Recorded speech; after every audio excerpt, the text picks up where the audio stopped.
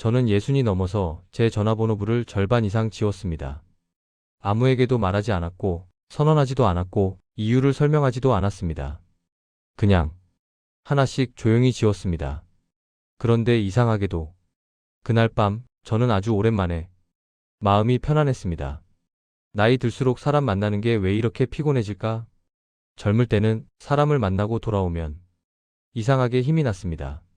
몸은 피곤해도 마음은 살아있는 느낌이었고 누군가 나를 필요로 한다는 사실이 괜히 하루를 버티게 만들었습니다. 그땐 몰랐습니다. 그게 체력 때문인지 아니면 아직 나를 증명해야 하는 나이였기 때문인지 어느 날부터인가 사람을 만나기 전부터 마음이 먼저 지치기 시작했습니다. 약속이 잡히면 기대보다 한숨이 먼저 나왔습니다. 집을 나서기 전에는 괜히 시계를 몇 번이나 보게 되고 약속 장소로 가는 길에서는 이미 집에 돌아갈 생각을 하고 있었습니다. 그리고 이상하게도 그 자리에 앉아 있으면서도 집에 혼자 있을 때가 더 편하겠다는 생각이 머릿속을 떠나지 않았습니다. 내가 변한 걸까? 처음엔 스스로를 탓했습니다. 내가 까칠해졌나? 나이가 들더니 성격이 변했나?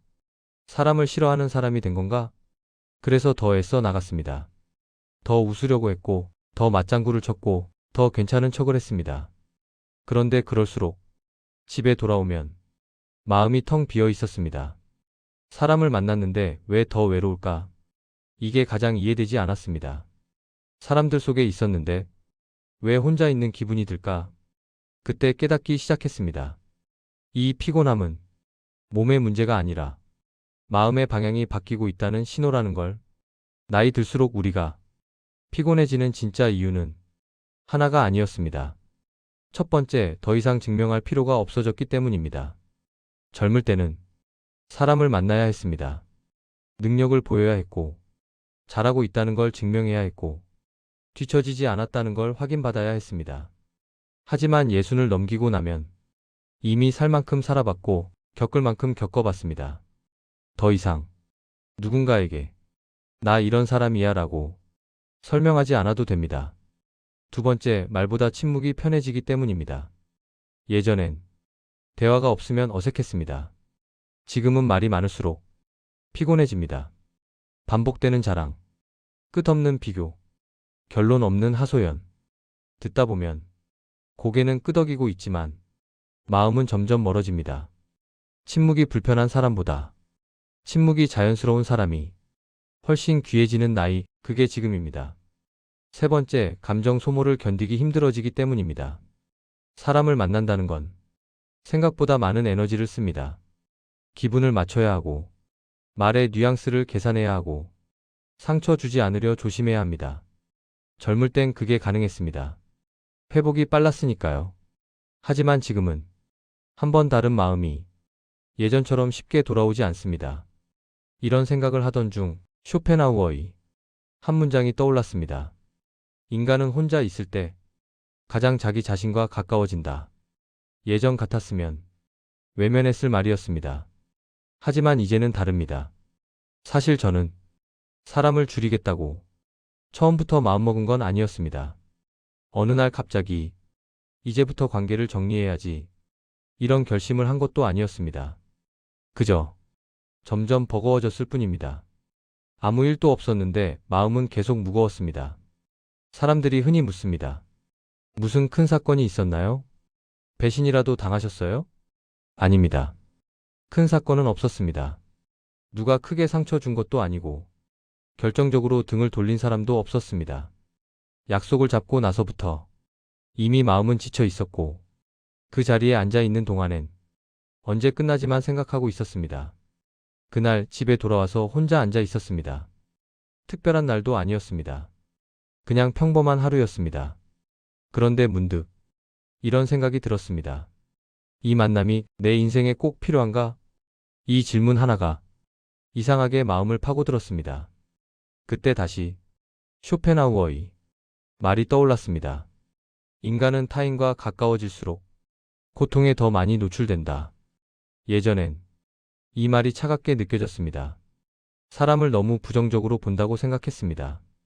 저는 그동안 착하게 살고 싶었습니다.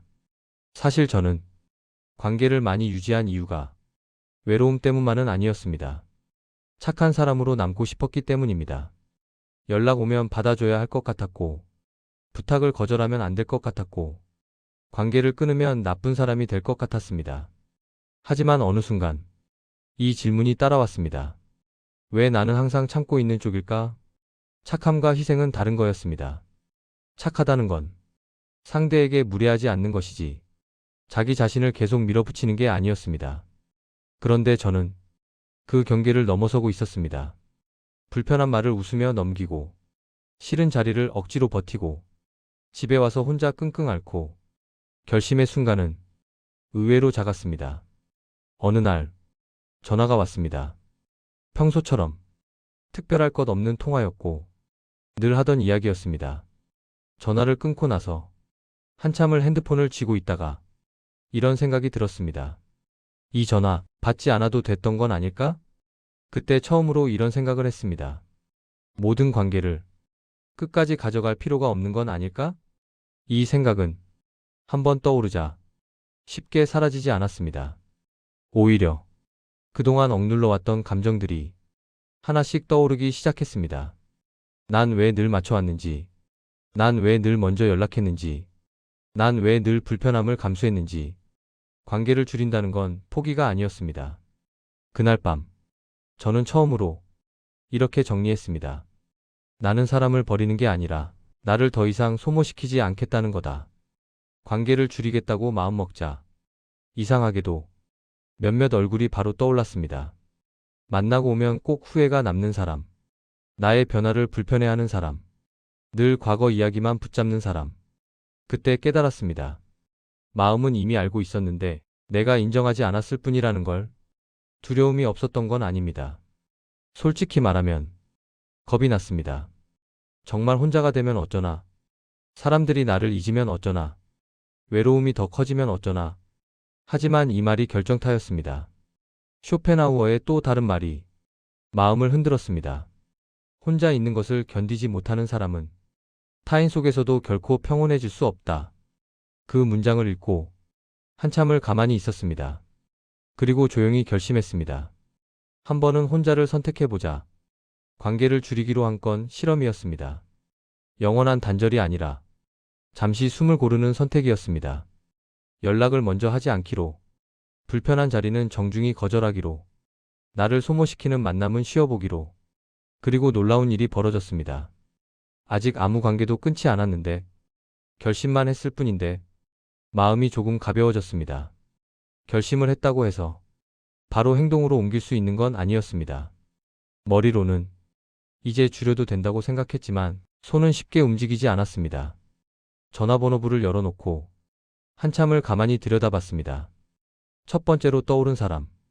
이상하게도 고민하지 않아도 한 사람이 바로 떠올랐습니다.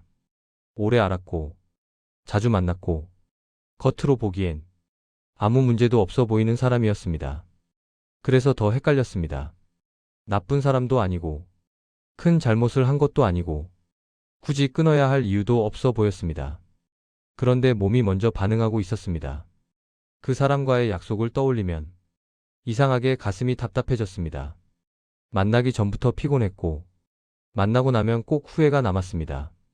오늘은 왜 나갔을까? 그 말을 왜 또 들었을까? 이 생각이 늘 같은 자리에서 반복됐습니다. 관계를 끊는 방식은 아주 조용했습니다. 드라마처럼 큰 선언을 하거나 마지막 말을 남기지 않았습니다. 그냥 조금 늦게 답했고 먼저 연락하지 않았고 약속을 하나둘 미뤘습니다. 하지만 그게 제겐 가장 버틸 수 있는 방식이었습니다. 죄책감은 예상보다 컸습니다. 며칠이 지나자 마음이 불편해졌습니다.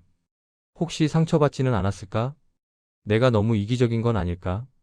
나쁜 사람이 된 건 아닐까? 이 죄책감은 제가 그동안 얼마나 관계를 의무처럼 여겨왔는지를 그대로 보여주고 있었습니다. 그런데 이상한 일이 벌어졌습니다. 그 사람과의 연락이 끊긴 뒤 제 하루는 생각보다 아무 문제 없이 흘러갔습니다.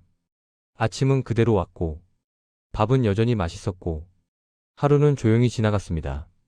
그리고 무엇보다 마음이 덜 흔들렸습니다. 가장 놀라웠던 건 이것이었습니다. 그 사람과의 관계가 줄어들자 제가 잃은 것보다 얻은 게 더 많았습니다. 집에 돌아와서 곱씹을 말이 줄었고, 괜히 화가 나는 순간이 줄었고, 설명하지 않아도 되는 시간이 늘었습니다. 그제야 이 사실을 인정하게 됐습니다. 그 관계는 나를 지켜주던 게 아니라 조금씩 닳게하고 있었다는 것을요. 그때 문득 쇼펜하우어의 이 말이 머리를 스쳤습니다. 우리는 타인을 잃는 것을 두려워하지만 사실은 그 관계 속에서 이미 나 자신을 잃고 있는 경우가 많다. 두 번째, 세 번째도 조금씩 정리했습니다. 한 번 경험하고 나니 두 번째는 조금 쉬었고 세 번째는 덜 흔들렸습니다. 물론 매번 마음이 편한 건 아니었습니다. 관계를 줄일수록 조용한 시간이 늘었고 그 조용함이 처음엔 낯설었습니다. 그런데 그 조용함 속에서 들린 게 있었습니다. 그동안 사람들의 목소리에 가려져 있던 제 마음소리였습니다. 오늘은 뭘 하고 싶은지, 누구를 보고 싶은지, 무엇이 싫은지 이런 질문을 처음으로 제 자신에게 하게 됐습니다. 사람을 줄인다고 해서 외로움이 사라지는 건 아닙니다. 하지만 분명한 건 쓸데없는 외로움은 줄어든다는 것입니다. 사람 속에서 느끼던 외로움, 억지 웃음 뒤에 남던 공허함, 비교에서 오는 허탈감, 이것들이 하나씩 사라졌습니다. 그날 밤 이런 생각을 했습니다. 이제야 내 인생의 속도가 나에게 맞춰지는구나. 관계를 줄인 게 아니라 속도를 줄인 것이었고 사람을 버린 게 아니라 나를 되찾고 있었습니다. 그리고 다음 질문이 떠올랐습니다. 그럼 나는 앞으로 누구와 살아야 하지? 사람을 줄이는 건 생각보다 쉬웠습니다. 하지만 남길 사람을 정하는 건 훨씬 어려웠습니다. 남겨야 할 사람은 오래된 사람이 아니었습니다. 처음엔 이렇게 생각했습니다. 오래 알았으니까, 정이 있으니까, 지금까지 그래왔으니까. 그래서 연락처를 다시 들여다보며 연차부터 따져봤습니다. 그런데 이상하게도 오래된 이름일수록 마음이 편해지지 않았습니다. 친하다는 이유만으로 남길 수는 없었습니다. 친하다는 말도 곱씹어보게 됐습니다. 오히려 자주 볼수록 더 지치는 관계도 있었고 많이 알수록 더 조심스러운 관계도 있었습니다.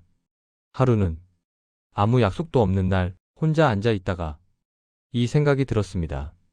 이 사람을 만나고 나면 나는 더 나다워지는가? 이 질문은 이상하게 단순하면서도 명확했습니다. 놀랍게도 끝까지 남긴 사람들은 아주 소수였습니다. 그리고 그들에게는 분명한 공통점이 있었습니다. 첫 번째, 함께 있어도 설명하지 않아도 되는 사람. 말이 없어도 불편하지 않고 내 선택을 굳이 이해시키지 않아도 되고 내가 변해도 이유를 묻지 않는 사람. 두 번째, 나를 과거에 가두지 않는 사람. 의외로 많았습니다. 늘 이렇게 말하는 사람들. 예전엔 안 그랬잖아. 너 원래 이런 사람이었나? 나이 들더니 변했네. 이 말이 얼마나 사람을 과거에 묶어두는지 그제야 알았습니다. 끝까지 남은 사람들은 달랐습니다. 요즘은 그런가 보네. 그 말 한마디로 지금을 인정해줬습니다. 세 번째, 나를 평가하지 않는 사람. 비교하지 않고 충고를 가장하지 않고 내 선택에 점수를 매기지 않는 사람. 이런 관계에선 말이 적어도 마음이 편했습니다. 이쯤에서 쇼펜하우어의 한 문장이 다시 떠올랐습니다. 사람의 가치는 그가 얼마나 많은 사람과 어울리느냐가 아니라 혼자 있을 때 얼마나 평온한가에 달려있다. 이 말을 관계에 적용해보니 기준이 분명해졌습니다. 나의 고독을 깨뜨리지 않는 사람만 곁에 두자. 관계의 기준이 바뀌자 죄책감도 사라졌습니다. 예전에는 사람을 줄이면서 늘 마음이 불편했습니다. 내가 너무 계산적인 건가? 정없는 사람은 아닐까? 하지만 기준이 생기자 죄책감이 줄었습니다. 이건 사람을 버리는 게 아니라 삶을 정돈하는 일이라는 확신이 들었기 때문입니다. 신기한 변화도 생겼습니다. 사람을 줄였는데 남은 관계는 오히려 더 깊어졌습니다. 연락이 적어도 불안하지 않았고, 오랜만에 만나도 어색하지 않았고, 말 한마디에 마음이 전해졌습니다. 그제야 알았습니다. 관계는 숫자가 아니라 깊이라는 것을요. 이 질문을 마음에 남기고 가셨으면 합니다. 지금 이 순간 이 질문을 한 번만 조용히 붙잡아 보셨으면 합니다. 이 사람은 내 삶을 풍요롭게 하는가? 아니면 나를 소모시키는가? 이 질문에 망설임 없이 답할 수 있는 사람만 곁에 두어도 노년의 마음은 충분히 평온해질 수 있습니다. 사람들이 관계를 줄인다고 하면 가장 먼저 묻는 말이 있습니다. 그래서 외롭지 않으세요? 이 질문을 받을 때마다 저는 잠깐 말을 고릅니다. 예전 같았으면 바로 대답했을 겁니다. 아니요, 괜찮아요. 하지만 지금은 조금 다르게 말하고 싶습니다. 외롭긴 합니다. 그런데 예전이랑은 다릅니다. 예전의 외로움은 사람들 속에 있었습니다. 솔직히 말하면 제가 가장 외로웠던 시기는 사람이 가장 많았을 때였습니다. 약속이 늘 있었습니다. 그런데 이상하게도 집에 돌아와 혼자 앉으면 가슴이 텅 빈 느낌이 들었습니다. 그때의 외로움은 혼자라서 생긴 게 아니었습니다. 사람들 사이에 있으면서도 말을 아끼게 되고 진짜 생각은 숨기고 괜찮은 척만 하게 될 때, 웃고 있는데 마음은 한 발짝 뒤로 물러나 있을 때, 그게 사람들 속의 외로움이었습니다. 이해받지 못한다는 느낌, 설명해도 소용없다는 체념, 결국 혼자라는 생각. 이 외로움은 집에 와도 사라지지 않았습니다. 관계를 하나둘 정리하고 나서 집이 조용해졌습니다.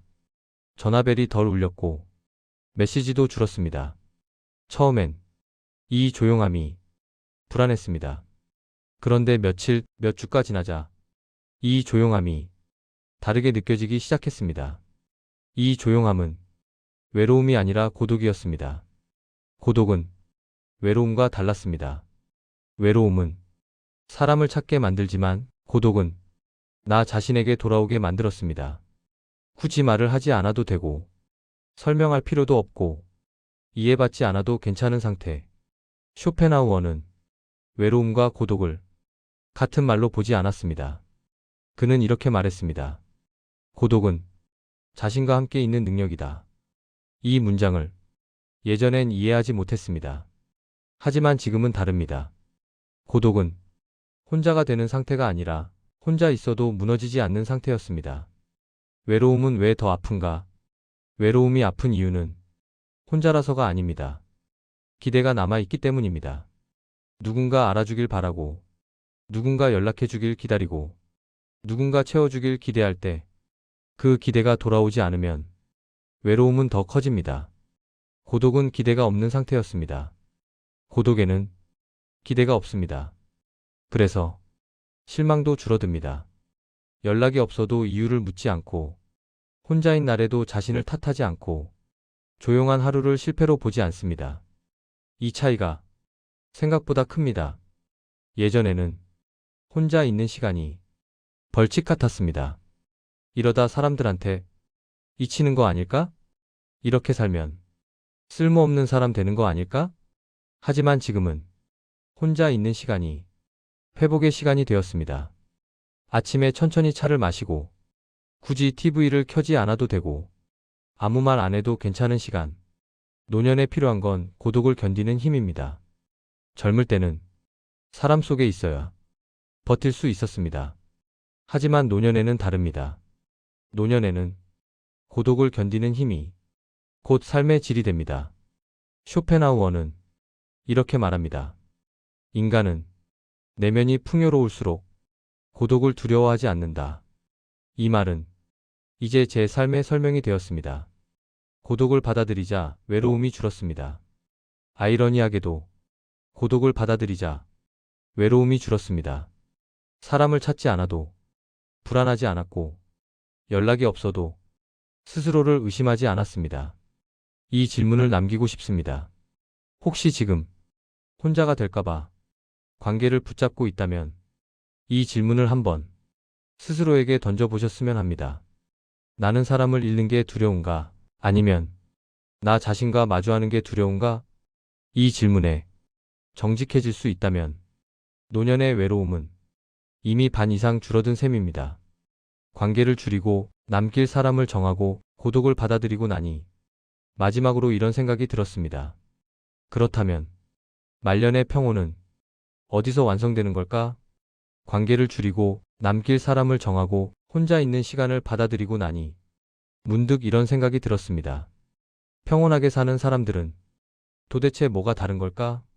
돈이 많은 것도 아니고 몸이 유난히 건강한 것도 아니고 자식이 늘 곁에 있는 것도 아닌데 이상하게 마음이 안정된 사람들이 있었습니다. 그들의 공통점은 의외로 단순했습니다. 곁에서 오래 지켜보니 그들에게는 몇 가지 분명한 공통점이 있었습니다. 그리고 그 공통점은 무언가를 더 가진 게 아니라 무언가를 덜 가진 것이었습니다.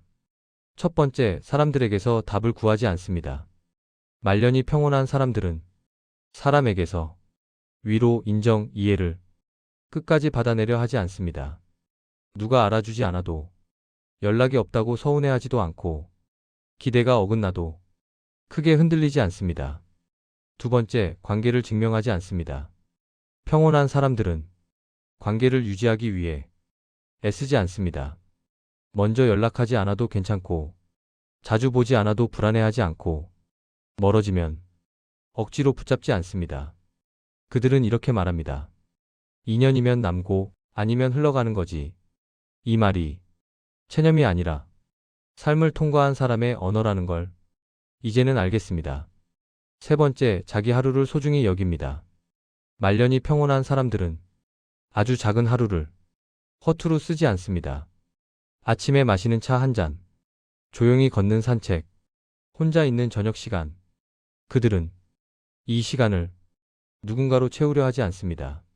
네 번째, 고독을 실패로 여기지 않습니다. 가장 결정적인 차이입니다. 평온한 사람들은 혼자를 실패로 생각하지 않습니다. 혼자 밥 먹는 날, 전화가 없는 하루, 아무 약속 없는 주말, 이 모든 것을 인생에서 밀려난 상태가 아니라 자기 삶의 한 장면으로 받아들입니다. 이 지점에서 쇼펜하우어의 말이 다시 떠올랐습니다. 행복은 타인의 손에 맡길수록 멀어진다. 이 말이 노년에 와서야 비로소 가슴에 와닿았습니다. 다섯 번째, 이미 충분하다는 걸 압니다. 말년이 평온한 사람들은 더 이상 자기 인생을 증명하려 하지 않습니다. 남과 비교하지 않고 과거를 후회로만 붙잡지 않고 이 정도면 됐다는 말을 조용히 받아들입니다. 제가 마지막으로 깨달은 한 가지, 저는 오랫동안 이렇게 살아야 한다고 믿었습니다. 사람을 많이 만나야 하고 관계를 끝까지 책임져야 하고 혼자는 견디는 상태라고. 하지만 지금은 다르게 말할 수 있습니다. 말년의 평온은 사람이 만들어주는 게 아니라 스스로 허락하는 것입니다. 이 이야기를 듣는 당신에게 혹시 지금 사람 때문에 마음이 무거운 날을 살고 있다면 이 말 하나만 마음에 남기셨으면 합니다. 사람을 줄이는 건 인생을 줄이는 게 아닙니다. 소음을 줄이는 일입니다. 소음이 줄어들어야 비로소 자기 인생의 소리가 들립니다. 마지막 질문 하나만 남기겠습니다. 오늘 하루가 끝나기 전에 이 질문을 조용히 스스로에게 해보셨으면 합니다. 나는 지금 사람들 때문에 살고 있는가? 아니면 내 삶을 살고 있는가? 이 질문에 정직해질 수 있다면 당신의 말년도 이미 평온해지고 있는 중입니다. 저는 사람을 줄이고 나서야 인생이 작아진 게 아니라 비로소 제 크기에 맞아졌다는 걸 알게 됐습니다. 그리고 지금 조용하지만 확실하게 이렇게 말할 수 있습니다. 이 나이에 이 정도 평온이면 잘 살아온 인생입니다.